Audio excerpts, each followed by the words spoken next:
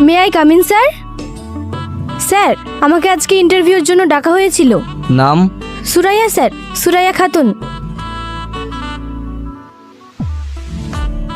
সেলিম, তুমি তুমি এখানে কি করছো? Mind your language. আমার নাম ধরে ডাকার পারমিশন আপনাকে কে দিয়েছে? আই এম সরি সেলিম, আসলে সেদিন আমি সত্যি অনেক বড় ভুল করেছিলাম। প্লিজ তুমি আমাকে ক্ষমা করে দাও। ভুল, সব ভুলের ক্ষমা হয় না। আর তুমি যেটা করেছো, আপনি আপনি যেটা করেছেন, প্লিজ লিভ। এক্ষুনি আমার অফিস থেকে বেরিয়ে যান। তোমার অফিস মানে?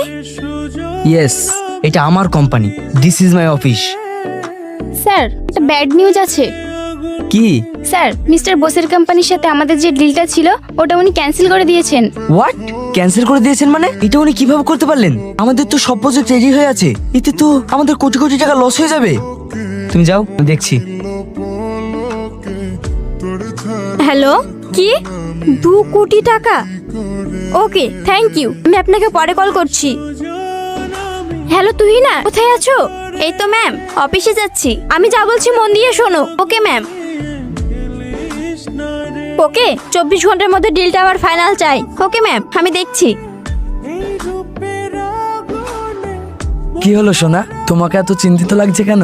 এই তুমি চুপ করো তো, কোনো কিছুর মুরুদ নাই, শুধু বড় বড় ফুটানি। অনেক বড় বড় ডায়লগ দিয়ে তো আমাকে ফাঁসি নিয়ে এসেছিলে। তুমি এসব কি বলছো সোনা? চাকরিটা চলে গেলে আমি কি করব বলো? কি বোকা কি বোকা, তখন সেলিমের থেকে তোমার রোজগার বেশি দেখে তোমার মতো অকর্মা জুকারের সাথে আমি পালিয়ে এসেছিলাম। এখন আমি বুঝতে পারছি। তার মানে তুমি আমার সাথে ভালোবাসার নাটক করেছো? তুমি শুধু আমার টাকাকে ভালোবেসেছো? এই নাকামো বন্ধ করো তো। ভালোবাসা ভালোবাসা ডায়লগ দিয়ে হয় না, ভালোবাসা ধুয়ে খাবো। এসেছে ভালোবাসা নিয়ে।